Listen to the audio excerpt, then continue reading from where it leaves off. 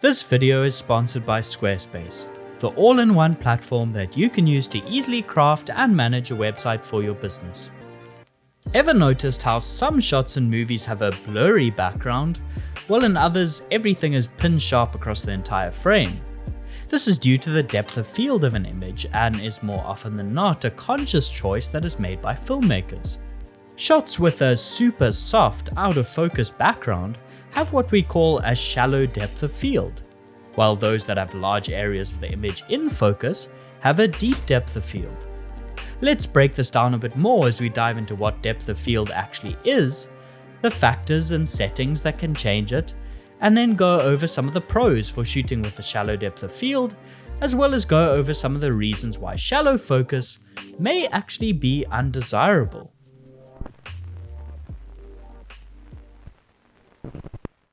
Depth of field is a measurement of the distance between the nearest point that a lens renders in sharp focus and the furthest object that is sharp. For example, one could shoot a close-up shot of a character on a telephoto lens where the nearest point of focus are their eyes and the furthest point of focus are their ears. In this example, the distance between these 2 points, the depth of field, is a measly 3 inches. This is what we'd call shallow focus.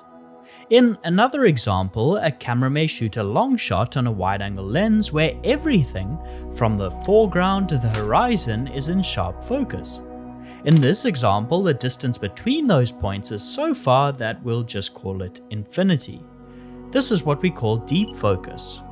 Based on those examples, we can establish that there are a few different variables that change how much depth of field an image has.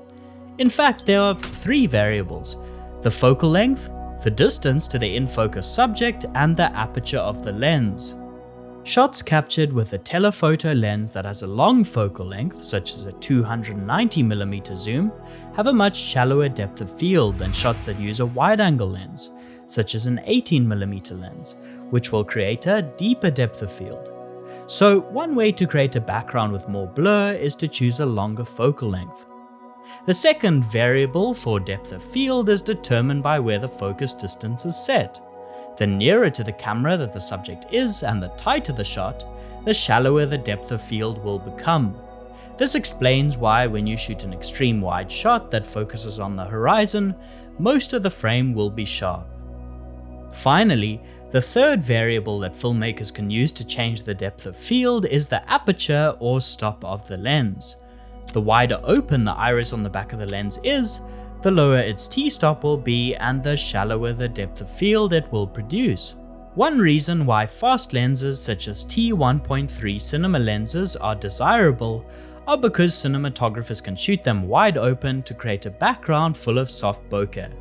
When a long focal length lens, a subject close to the camera, and a fast aperture are all combined, much to the horror and disgust of the focus puller, the depth of field that a camera captures will be very shallow. Inversely, a wide focal length lens, a subject far away, and a closed down stop will mean that the depth of field will be very deep, and the focus puller can relax. There's also a fourth variable, the sensor size, which doesn't directly affect the image's depth of field, but does affect it indirectly. Shooting on cameras with a larger sensor size produces images that have a wider field of view. To compensate for this extra width, cinematographers will either shoot on longer focal length lenses to produce a comparable field of view, or are forced to physically move the camera closer to maintain a similar frame. As we now know, those 2 actions, using a longer focal length and focusing on a subject closer to the camera, will both make the depth of field shallower. Before we get further into the cinematographer's delight and the focus puller's nightmare that is a shallow depth of field, I'd like to thank the sponsor of this video, Squarespace. These days there's an upward tick in people pursuing side hustles, freelance work, and starting their own business, particularly those people in the film or creative industries. In order to get your business off the ground and have a contact point for clients and collaborators to reach you, having a website is a must. Squarespace is an all-in-one platform that can be used to easily create a stylish and functional website using their drag and drop templates. Squarespace makes it easy to display your creative portfolio and film work using their photo and video libraries, and has e-commerce tools to get your business off the ground. I use their blogging tools every week to write and schedule posts on the In-Depth Cine website so that I can stay on top of uploading content for you guys. So to set up your online presence, be sure to head to squarespace.com for a free trial. And when you're ready to launch, go to squarespace.com/indepthcine to save 10% of your first purchase of a website or domain.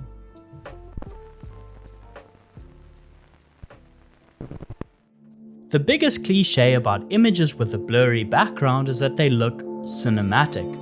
The idea of a cinematic shot can't only be tied down to a specific image characteristic. I mean, obviously there have been plenty of gorgeously shot pieces of cinema that don't use a shallow depth of field. However, some cliches have an inkling of truth to them. To understand the link between images with a shallow depth of field and cinema, we need to go back to the days before digital cinema cameras. In the early days of video, most cameras had little sensors, wider lenses, and slower apertures, while movies captured on 35mm film used a larger film plane, longer, faster lenses. So the ability to capture images using a shallow depth of field was technologically limited to filmmakers that shot for the big screen, while deeper focus had associations with a less highly regarded video format. Although this has now changed, with advances in digital technology making it easy for even entry-level cameras or smartphones to simulate a shallow depth of field, I'd argue that there's still an unconscious mental association that persists between a shallow depth of field and cinematic movies in the mind of the audience.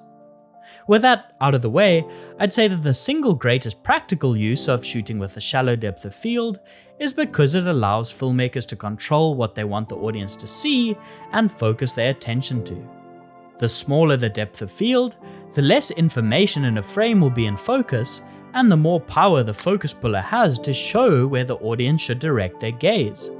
It makes it possible to more easily isolate a certain character or detail in a frame. The more you isolate a character from the background, the more they stand out and become the central point of the story. A shallow depth of field therefore empowers filmmakers to visually tell stories from a more subjective viewpoint. Depending on the context, a shallow depth of field can also be used for other more creative applications. Because a super shallow drifting focus makes images feel dreamy, it can be used as a tool to chronologically differentiate certain scenes from others, such as using it as part of a different visual language for flashback scenes. Shots that drift in and out of focus may also be used as a deliberate technique to emulate a less controlled environment and make certain sequences like action feel faster, more panicked, and more dynamic. From a purely technical point of view, shooting a lens wide open also lets in more light and makes it easier to achieve exposure in darker shooting environments. This also means that smaller lighting setups will be needed for scenes in darker spaces, like night exteriors, where shooting at a deep stop is rarely practically possible. Another technical point is that cinematographers choose certain lenses over others because of their visual characteristics and how they render an image. The wider the aperture and the shallower the focus, the more pronounced these characteristics, such as their bokeh and focus falloff, become. It's almost seen as a bit of a waste to shoot a beautiful vintage set of lenses at a deep stop. As you close down to around T8 or T11, most lenses will become increasingly sharp across the frame and will be more difficult to differentiate from each other. So for those who want to create a level of soft texture to their images, shooting at a faster stop is preferred.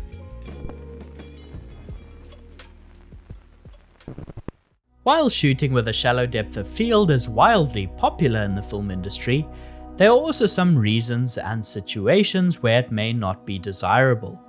I mentioned before that shallow focus can be used to tell stories by guiding the audience's gaze towards a specific part of the frame. But inversely, a deeper focus can also be used to tell a story in a different way. Shooting a film with a deep stop, where more of the frame is in sharp focus, allows the audience to peruse the environment and pick out information from it themselves, rather than having those details spoon-fed to them with shallow focus by a filmmaker. In this way, a deeper focus presents stories in a way that is subtly more objective. Another persuasive case for a deeper depth of field is that it allows you to see more of the set and environment that the character is in. I remember a focus puller that I used to work with who would voice a surprise, especially at younger DPs, who would always shoot every shot with the aperture wide open and make the background as blurry as possible. Why travel all the way to a beautiful location, or spend loads of money constructing an incredible set, only for the audience to not see any of it because the background is so out of focus? Deeper focus shots that see the background are a useful tool for the audience to place where exactly the character is in their minds. Moving on to the practical side, and being fully transparent, that focus puller may have advocated for a deeper depth of field because it makes their job of keeping the subject sharp much easier. The shallower the depth of field is, the less margin for error focus pullers have to accurately pull focus and maintain a higher ratio of shots that are usable. This is why if there's a particularly challenging focus pull, the DP may chat to the first and stop down the lens a couple of stops to help achieve more accurate focus.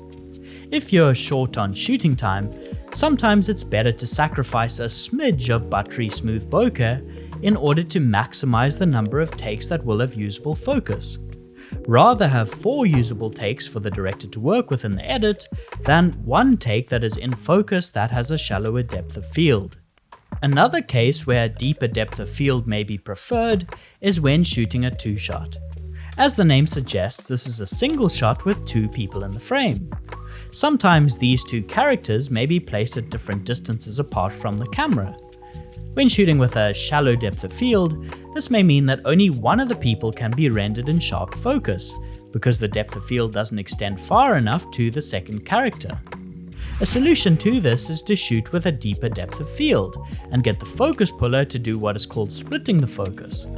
This is where the lens is stopped down and focused to a distance in between the 2 characters, so that the depth of field extends nearer to get the first person in focus, and further to get the back person in focus at the same time.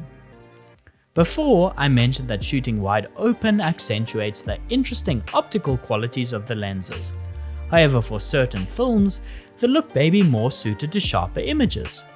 The more that a lens is stopped down, the deeper the depth of field becomes, and the crisper and more accurately resolved the image will be.